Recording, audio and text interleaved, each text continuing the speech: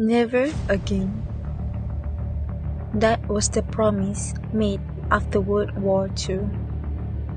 But for decades, impunity reigned. It wasn't until 1998, with the adoption of the Rome Statute, that the world finally established a permanent international criminal court.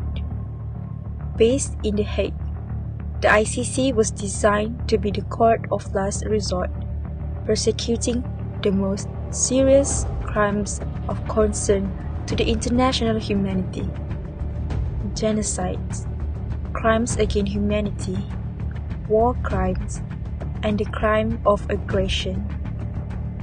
But more than 20 years later, we must ask, has the ICC lived up to its promise? Or is it a court without teeth? To understand the ICC's successes, we look to its first verdict. In 2012, the court convicted Thomas Lobangadilo, a Congolese warlord, for the war crime of conscripting and enlisting children under the age of 15. This was a historic moment. It established legal precedent that using child soldiers is a grave international crime, bringing visibility to thousands of silent victims. Another major success came in 2016 with the conviction of Ahmad Al-Faqi Al-Mahdi. He was prosecuted for the destruction of cultural heritage sites in Timbuktu, Mali. This case was groundbreaking because it recognized that destroying a people's culture and history is in itself a war crime. These convictions prove that when the court has the suspect in custody, it can deliver complex, high-level justice. However, the ICC's limitations are glaring. The court has no police force. It relies entirely on member states to execute arrest warrants. The most infamous failure is the case of Omar al-Bashir, the former president of Sudan.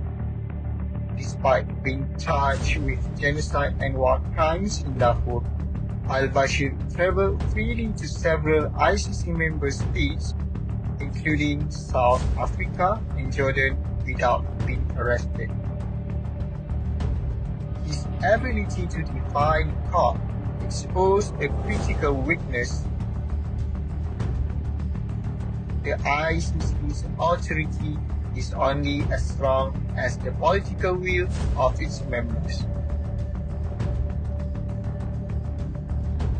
The ICC's reach is limited by geography, jurisdiction, and politics, as major powers such as the United States, Russia, and China are not parties to the Rome Statute. This creates a justice gap, where crimes committed on the territory of or by national of non-state parties, including alleged war crimes in Israel, Palestine, and Ukraine, fall outside the court's jurisdiction unless deferred by the UN Security Council.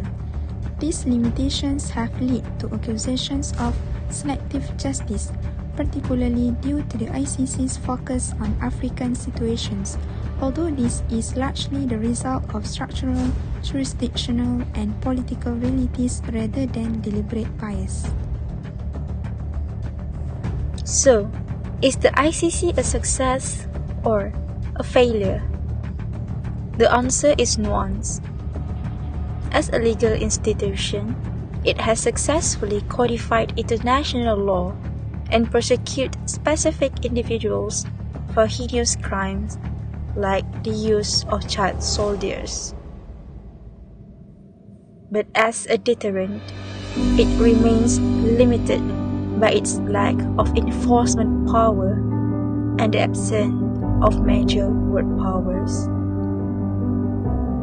The ICC ensures that there is no statute of limitation on war crimes, meaning justice may be delayed, but it is not denied. It remains an imperfect, yet essential, tool in the fight against impunity.